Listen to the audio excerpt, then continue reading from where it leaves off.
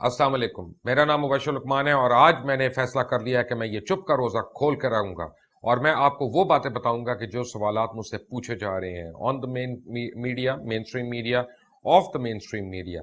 बहुत से सवालात हैं जो मलिक रियाज साहब के इंटरव्यू के मुतालिक मेरे से पूछे जा रहे हैं और मैं आज से पहले उनका जवाब इसलिए नहीं दे सका था कि मेरे ऊपर कैद थी, कतकन थी और मेरे चैनल ने मुझे ऑफ एयर किया हुआ था। लेकिन अब क्योंकि मैंने कल वहां से रिजाइन कर दिया है तो मैं खुल के इसी मीडियम से, यूट्यूब के मीडियम से, जहां से ये सारी कोई बहस और डिबेट शुरू हुई, मैं वहीं से शुरू होता हूं। लेकिन आपको मैं एक बात पहले क्लियर करना चाहता हूं कि मैं यहां पे कोई एक्सप्लेनेशन देने नहीं आया, मैं यहां पे कोई तफसीलात उस तरह की बताने नहीं आया, मैं किसी के ऊपर इल्जाम तराशी करने नहीं आया। मैं आपको दो टोक कुछ बातें बताने आया हूं क्योंकि I owe this to my children, I owe this to my family, I owe this to my friends and specially I owe this to my viewers जिन्होंने मुझे इतने साल फॉलो किया। 1800 से 2000 के करीब उन्होंने मेरे शोज देखे और उन्होंने हर बात को बिलीव किया जो मैंने उनसे बात कही। मुझे लोगों की ईमेल्स आई, मुझे लोगों के फोन कॉल्स आए, लोग रोए हैं। उन्होंने कहा कि लुकमान साहब हमने तो ये समझा था, आपने ये क्या किया। नहीं, अल्हम्दुलिल्लाह कोई ऐसी गलत बात नहीं की और मैं आज आपको वो बात प्रूफ करूंगा कि वो 4-5 सवालात जिनसे आपको मिसलीड किया जा रहा है कि वो है क्या। एक, ये इंटरव्यू कोई प्लांटेड नहीं था और ये कोई प्लान नहीं था। बी, उसमें अब्दुल कादिर गिलानी का फोन क्या कर रहा था, उन्होंने क्या कहा था मुझे आके। और सी के मेहर बुखारी और मैं जब हम इंटरव्यू कर रहे थे तो मैं उठा क्यों था वहां से और मैंने वापसी पे ये क्यों कहा था कि मैं ऑन एयर कह दूंगा कि मुझे प्रेशराइज किया जा रहा है इस इंटरव्यू के लिए।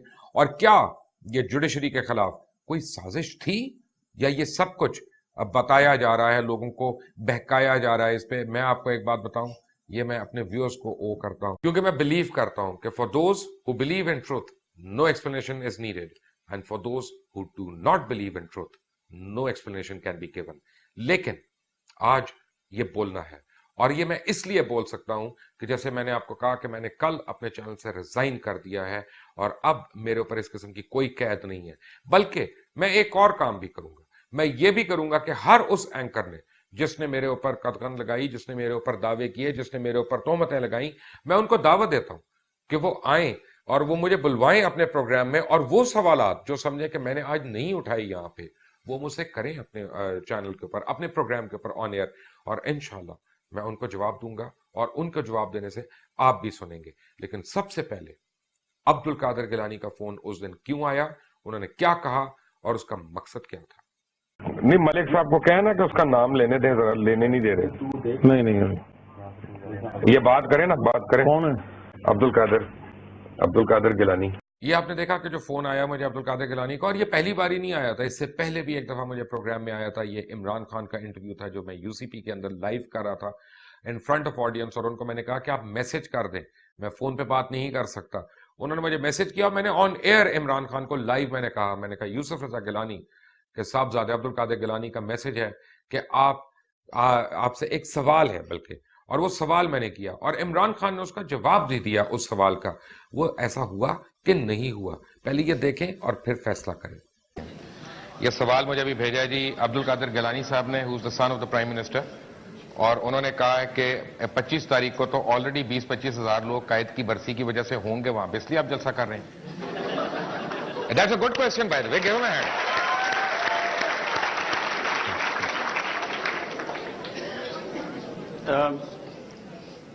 उनको गिलानी जूनियर को मैं दावत देता हूं कि खुद 25 दिसंबर को आके देख लें कि क्या वो वैसे ही वहां लोग आए हुए हैं या वो एक सुनामी के अंदर शिरकत करने आए। मैंने आपको यह दिखाने की कोशिश की है कि ऐसी कॉल कोई अनयूजुअल कॉल नहीं है। ये बहुत दफा आती है, ना सिर्फ अब्दुल कादिर गिलानी की बल्कि बहुत से लोगों की आती हैं ड्यूरिंग शोज, और कई दफा बड़े अच्छे सवालात भी इंसान को मिल जाते हैं, जैसा इस बारी था।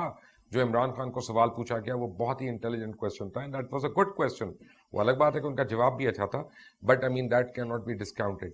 एक आपको मैं बात बताऊं कि अगर मेरी उनसे दोस्ती होती या मेरी उनसे कोई रख रखाव होता या पर्सनल सोशल मेरी एफिलिएशन होती उनसे, तो जितने प्रोग्राम्स मैंने यूसुफ रजा गिलानी और उनके बेटों और उनकी फैमिली के खिलाफ किए, उनकी करप्शन के खिलाफ किए, उनके घरों के ऊपर, उनके गोशवारों के ऊपर, उनके कब्जे करने के ऊपर, उनके ड्रग्स स्कैम के ऊपर, खासतौर पर मूसा गिलानी को केमिकल गिलानी कहने का मतलब, तो फिर मैं वो ना किए होते।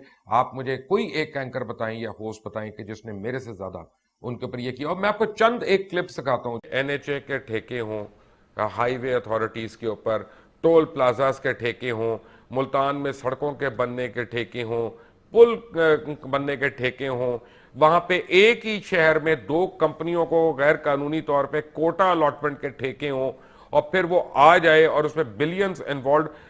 वाई इज इट के हर कंट्रोवर्शियल चीज में आप या आपके किसी अहले खाना का नाम होता है? आप मेरी बात पे यकीन कर जाएंगे। एनएचए कह रहे हैं, आप हद कह रहे हैं, हद होती है हर चीज की। मैं 2 टोक लफ्जों में कह रहा हूँ कि आप लोगों ने हर चीज को मफरूजों की बुनियाद पर और सिर्फ हवाई बातों की बुनियाद पर आप लोगों ने हर चीज को सिर्फ इस तरह टीवी पर आप बोलते हैं क्योंकि आप जब ये शो कंक्लूड होगा तो मेरा फोन बंद हो जाएगा, लेकिन आखिरी स्टेटमेंट आप देंगे और जो आखिरी स्टेटमेंट आप देंगे वो लोगों के दिलों में। मैं नहीं देता, मेरी बात मैं 1 मिनट, मैं नहीं देता आखिरी स्टेटमेंट। मैं पहले स्टेटमेंट दे रहा हूँ। मैं गिलानी साहब पहले स्टेटमेंट दे रहा हूँ, आखिर की क्या बात है? मैं आपके सामने कह रहा हूँ, मैं कोई अपना पीठ पीछे बात कर रहा हूँ? कैसी बात कर रहे हैं? मैं प्रूफ नहीं, मैं कह रहा हूँ कि आपका नाम क्यों आ जाता है हर जगह पे। प्रूफ तो गिलानी साहब मेरे पास ये भी नहीं है कि ये बाउंड्री है पाकिस्तान की। मुझे मानना पड़ता है कि ये बाउंड्री है, किसी ने डिमार्केशन नहीं की हुई। हमारी कुर्सी तो आगे तीन टांगों पर है। ये डेमोक्रेसी है, कोई मोनार्की नहीं है यहाँ पर। नहीं, एक second. You can try and become a political victim, that's your choice. नहीं, मूसा साहब एक second, you can try and become a political victim, that's your choice.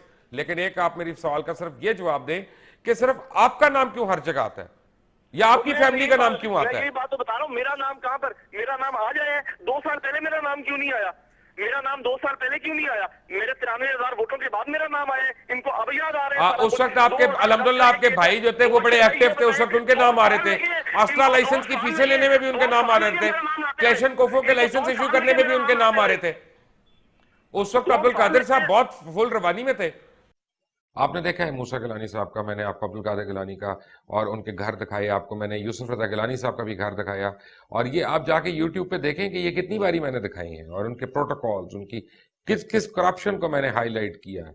तो ये कहना कि मुझे किसी का फोन आया और वो इंटरव्यू डिक्टेट कर रहा था, ये बहुत ही अनफेयर किस्म की बात है। Be fair and be honest, और जितनी ऑनेस्टी से और जितनी कन्विक्शन से आपने मुझे गालियां दी हैं, मुझे बुरा भला कहा है, जितना आपने मेरे ऊपर अलकाबात लगाए हैं, उतनी ही फेयरनेस और उतनी ही ऑनेस्टी से दोबारा जाएं अपने मीडियम से बैठे, चाहे ट्विटर हो, चाहे फेसबुक हो, चाहे लिंक्डइन हो, चाहे ऑर्कुट हो, किसी के ऊपर भी, और फिर वहां जाके लिखें कि नहीं ऐसा नहीं हुआ था। और अगर एंगलिंग होती तो फिर उसी दिन के चैनल के तमाम प्रोग्राम्स उठा के देख लें, चैनल की न्यूज देख लें, चैनल के बुलेटिन देख लें, चैनल की ब्रेकिंग्स देख लें सारी, और आप देखेंगे। जैसे मैं आपको एक एग्जाम्पल देता हूं, उस दिन मुजीबर रहमान शामी का एक प्रोग्राम था कि वो मेरे प्रोग्राम से 1 घंटा पहले चल रहा है, जिस वक्त खत्म हुआ है उस वक्त मेरा प्रोग्राम शुरू हो रहा है। यानी उस प्रोग्राम में क्या कहा गया और मेरे प्रोग्राम का, और उस प्रोग्राम में खुदा ना खास्ता अगर कोई एंगलिंग होती तो क्या इतना तजाद होता?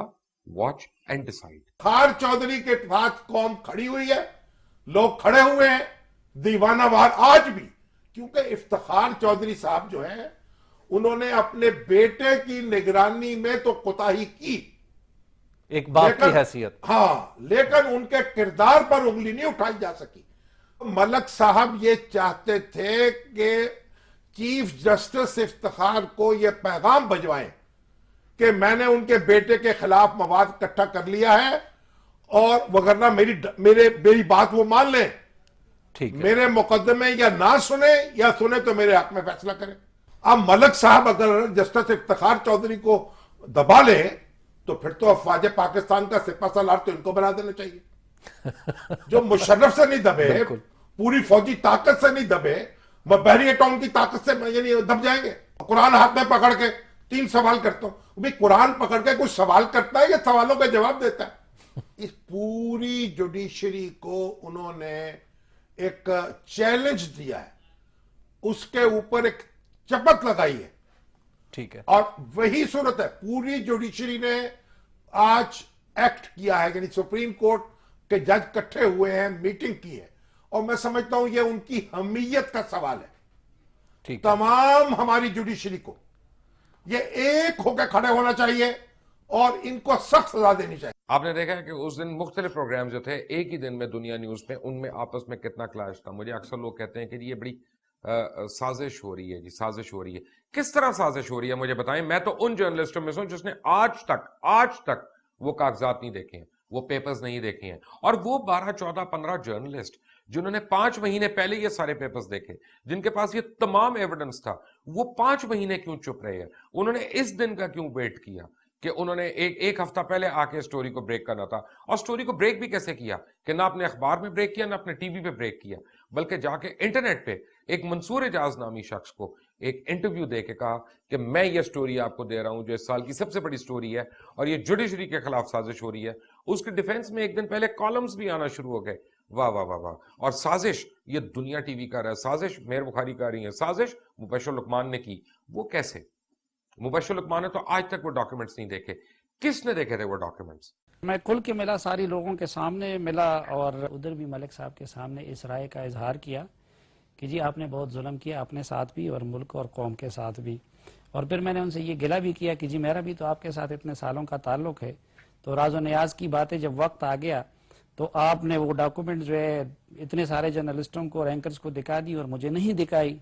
क्या जवाब ठीक दिया? है, तो उन्होंने मुझे कहा कि सलीम शायद आपसे फिर मैं अपनी बात नहीं मनवा सकता था, आप किसी के कंट्रोल में नहीं आते।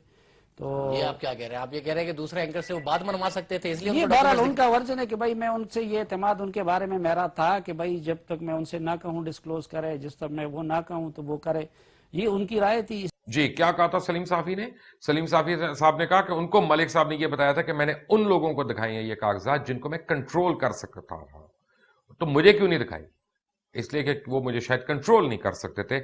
हर इंटरव्यू में होता है, आप मियां नवाज शरीफ साहब से पूछ लें, मियां शहबाज शरीफ साहब से पूछ लें, जरदारी साहब से पूछ लें, गिलानी साहब से पूछ लें, जनाब अल्ताफ हुसैन साहब से पूछ लें, काजी हुसैन अहमद साहब से पूछ लें, आप मुनव्वर हसन साहब से पूछ लें, किसी से आप पूछ लें, हर शख्स आपको बताएगा कि जब वो 2 घंटे का इंटरव्यू दे रहा है तो वो जरूर बीच में लुक में देगा कि यार ये भी बात करो या ये भी मेरे से सवाल करो, क्योंकि हर एक का एक मौकफ होता है और वो चाहता है कि उसका मौकफ जो है वो ऐसन तरीके से आगे आए, वो कहीं सारी डिबेट में, सारी लड़ाइयों में बीच में रह ना जाए।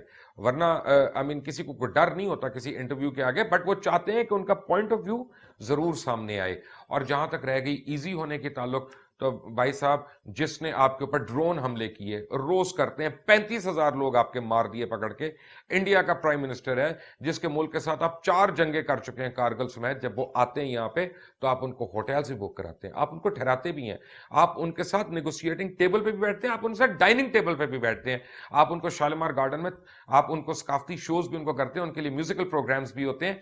लेकिन ये नहीं होता कि हर वक्त आप लाठी लेके मार रहे होते हैं। जब आप नेगोशिएटिंग टेबल पे बैठे होते हैं फिर आप कहते हैं भाई कश्मीर पे हमारा ये मौकफ है, पानी के ऊपर हमारा ये मौकफ है, वहां पे जो इंसानी हकूक की खिलाफ वर्जी हो रही है उसके ऊपर हमारा ये मौकफ है, जो वहां पे माइनॉरिटीज के साथ सलूक हो रहा है उसके ऊपर हमारा ये मौकफ है। लेकिन जब आप खाना खाते हैं, जब आप ब्रेक कर रहे होते हैं उसमें, तो आप उसमें जरूरी नहीं कि आप वही टोन, वही टेनर, वही टेम्पर लेके आप उनको वहां पे भी जाके पड़ जाते हैं। No, this is not how things are done. मैं कोई टिब्बी थाने का SHO नहीं हूं और मेरा मेहमान जो है वो कोई मामूली जेब कतरा नहीं जिसको अनारकली बाजार में पकड़ा गया और मैं वो उसको वहां पे लठ लेके मारता रहूं कि खबरदार खबरदार, अगर ये ब्रेक भी हुई है अब हंसना नहीं है, बात नहीं करनी। No, that is not the way it is done. Planted interview क्या होता है? प्लांटेड इंटरव्यू ये होता है कि 2 ऐसे लोगों को लो, जैसे मेहर बुखारी और मुबश्शिर लुकमान, जिनकी आपस में बनती ही नहीं है, who can't stand each other, professionally और सोशली और अदरवाइज, और उसके बाद उनको बिठा दो वहां पे और लाइव कर दो, दोनों को अल्लाह तवक्कल छोड़ दो, बस जो भी होगा देखी जाएगी। नहीं, प्लांटेड इंटरव्यू फिर रिकॉर्डेड होता है, रिकॉर्ड करते हैं, एडिट करते हैं, म्यूजिक डालते हैं, उसको पॉलिश करते हैं, उसको हाईलाइट करते हैं, उसके हाइज एंड लोज डेवलप करते हैं और उसको फेंका जाता है। जैसे ओबामा का इंटरव्यू जो होता है, जब वो होता है वो प्लांटेड होता है। जैसे और लोगों के जब इस तरह के इंटरव्यूज आते हैं जिसमें पॉलिसी अपने दे रहे होते हैं, वो प्लांटेड इंटरव्यूज होते हैं। ये पॉलिसी मेकिंग इंटरव्यू नहीं था, ये एक इन्वेस्टिगेटिव इंटरव्यू था। उस दिन का सबसे बड़ा इंटरव्यू था। उस दिन का ये ऐसा इंटरव्यू था जो पाकिस्तान का हर सहाफी करना चाहता था।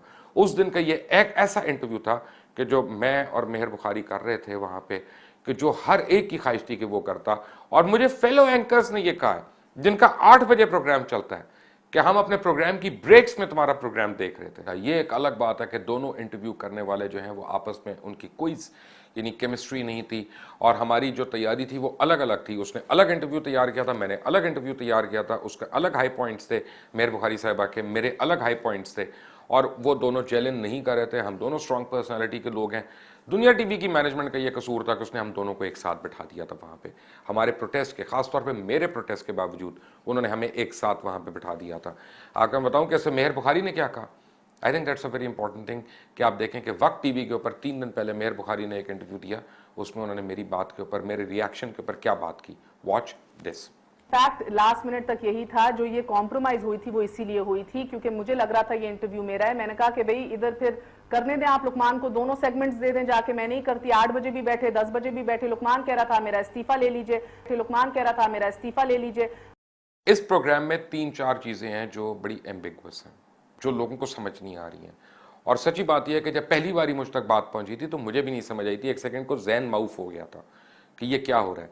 एक ऑन एयर फुटेज है और एक ऑफ एयर फुटेज है, और ऑन एयर और ऑफ एयर फुटेज को एडिट करके इस तरह से जोड़ा गया कि वो सारे का सारा एक ही होने का गुमान देता है ना। Fact of the matter is कि दुनिया का कोई चैनल जो है, कोई एंकर, कोई चैनल, कोई न्यूज कास्टर उस चीज का पाबंद नहीं है, उस चीज का पाबंद नहीं है कि what does not go on air.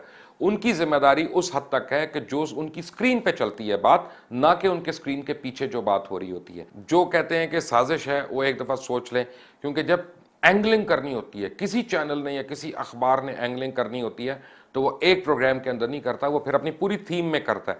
उस दिन, उस पर्टिकुलर दिन के, जिस दिन का ये इंटरव्यू, आप दुनिया टेलीविजन के बाकी सारे प्रोग्राम्स उठा लें, जिसमें मुजीबर रहमान शामी साहब के हैं, जिसमें और लोगों के हैं, जिसमें न्यूज़ हैं, वो सारी उठा के देखें कि उनकी एंगलिंग क्या है, और फिर आपको लगेगा कि वो हमसे भी तजाद कर रहे हैं। नहीं, ये एंगलिंग नहीं थी, किसी किस्म की एंगलिंग नहीं थी, इसमें किसी किस्म का तजाद नहीं था। इसमें अगर तजाद था तो वो दो लोगों की पर्सनैलिटीज़ का तजाद था, मेहर बुखारी और मुबश्शिर लुकमान। और जब मैंने ये भी कहा कि मैं ऑन एयर मैं कह दूंगा कि मैं प्रेशर में कर रहा हूं, तो मैं आज भी उस स्टेटमेंट पे कायम हूं कि मैंने कहा था कि मैं ऑन एयर कह दूंगा कि मुझ पे ये बोझ है। उसकी वजह यह है कि ये मेरा प्रोग्राम था, मैंने इंटरव्यू करना था। 8 से 9 बजे मैं 1.5 साल से कर रहा हूं खरी बात लुकमान के साथ, और उस दिन मेहर बुखारी को मेरे साथ बैठाया गया। और जब मैं प्रोग्राम के अंदर एंटर हुआ 3 मिनट पहले स्टूडियो के अंदर, तो उस प्रोग्राम का नाम चेंज हो गया, खरी बात लुकमान के साथ बन गया दुनिया न्यूज स्पेशल, और मेरा वहीं से एतराज शुरू हो गया। और उसके बाद जो 2 एंकर्स की जितनी केमिस्ट्री आपने देखी मिलती हुई, वो भी आके उस पर सोने पे सुहागा था। हमारे चैनल का या हमारी मैनेजमेंट का कसूर यह था कि उसने दोनों को ठंडा करके सुलह सफाई करा के दोनों को एक जगह पे बैठा दिया। But fact of the matter is कि ना मुबश्शिर लुकमान ना कोई और, मेरा ख्याल है कि मेहर बुखारी ने शायद देखे थे, लेकिन मैंने तो वो डॉक्यूमेंट्स भी नहीं देखे थे जिन्होंने वो स्टोरी ब्रेक की, जिन्होंने वो स्टोरी ब्रेक की और कहा कि हमने 4 महीने पहले देखे थे, हमने 5 महीने पहले देखे थे मलिक रियाज के पास। उनसे किसी ने सवाल पूछा है कि तुमने 5 महीने पहले क्यों नहीं चीफ जस्टिस को इन्फॉर्म किया था, तुमने 5 महीने पहले क्यों नहीं कोर्ट में गए थे, तुमने 5 महीने किस चीज का वेट किया था? तुम क्या चोरी को या डकैती को या राजधानी को या सुप्रीम कोर्ट के खिलाफ साजिश को तुम यह छुपाने की कोशिश कर रहे थे? नो, वहां अपने मतलब का वेट कर रहे थे कि कब हमने इस स्टोरी को ब्रेक करना है। मैं कल अपने लॉयर बैरिस्टर अली जफर, जो मांडवाला एंड जफर कंपनी के रुए रुआ हैं, उनको मैं अपने तमाम असासों की डिटेल्स दे रहा हूं कि वो मेरे असासे लें और वो मेरे तमाम अकाउंट्स की डिटेल्स लें, मेरे अहले खाना, मेरे इमीडिएट रिश्तेदार, उन सब की डिटेल्स लें और वो सुप्रीम कोर्ट की नजर कर दें और उनको पेश करें। और आज के नहीं, 6 महीने के नहीं, 1 साल के नहीं, 5 साल के कम से कम मैं अकाउंट्स और अपनी पूरी एसेट की डिटेल्स में उनको दूंगा, ताकि सुप्रीम कोर्ट, जो इस मुल्क की सबसे आला अदालत है, वो एसरटेन करे और डिटरमिन करे कि क्या कमाया, क्या बनाया और क्या खाया। और फिर उसके बाद मेरा ख्याल है कि मुझे किसी किस्म की सफाई की जरूरत नहीं होगी। अगर उन्होंने मुझे मुरद इल्जाम ठहराया, मैं मुरद इल्जाम हूं, लेकिन अगर वो ये कह दें, अगर सुप्रीम कोर्ट ऑनरेबल ये कह दे कि हां इसमें कोई 2 नंबरी नहीं है, तो फिर आप सबको भी, जितनी आपने पैशनेटली ट्वीट्स की हैं, जितनी आपने पैशनेटली फेसबुक पे जाके मुझे गालियां दी हैं और उतना बुरा भला कहा है, तो फिर उसके ऊपर भी जरा रिवर्स गियर जरूर लगाइएगा। मेरे कॉलम के ऊपर चीफ जस्टिस ने इस मुल्क में बसने वाले 4 मिलियन हिंदूज को शनाख्ती कार्ड का राइट दिया, और मेरे ही जो है रिट पिटीशन के ऊपर चीफ जस्टिस ने, जब मैं सुप्रीम कोर्ट में गया हूं, तो उन्होंने 3,71,72,000 बोगस वोटों को एक्सपंज करने का हुक्म दिया इलेक्टोरल लिस्ट से। और उन्होंने इलेक्शन कमीशन को ना सिर्फ पाबंद किया, बल्कि उन्होंने मुझे और मेरे वकील को ये अहकामात सादिर किए कि आप इनकी कार्रवाई से सुप्रीम कोर्ट को मुतला रखें, ताकि अगर ये कहीं इधर उधर रद्दोबदल कर रहे हों तो हम इनकी रोकथाम कर सकते हैं, हम इनको चेक कर सकते हैं वहां पे। So this is the respect that I have for the honorable court, and this is the respect that the honorable court gave to me। ये किसी एक आदमी को उन्होंने फर्द वाहिद को नहीं दी। और खुद सुप्रीम कोर्ट के अंदर चीफ जस्टिस ऑफ पाकिस्तान ने ये आके कहा कि जो काम मुबशर लुकमान ने किया है वो असल में हुकूमत को करना चाहिए। आप सुप्रीम कोर्ट का रिकॉर्ड चेक करके देख लें और आपको ये स्टेटमेंट उसमें मिल जाएगी। और मैं आपको एक और बात बताना चाहता हूं यहां पे कि रिजाइन मैं इसलिए नहीं कर रहा कि मेरे ऊपर किसी किस्म का प्रेशर है मेरी मैनेजमेंट का, नहीं, मेरी वजह से मेरी मैनेजमेंट के ऊपर बहुत प्रेशर है। और मैं समझता हूं कि पिछले 1.5 साल में जितना मुझे दुनिया टेलीविजन की मैनेजमेंट ने सपोर्ट किया, मैं उनका बहुत शुक्रगुजार हूं।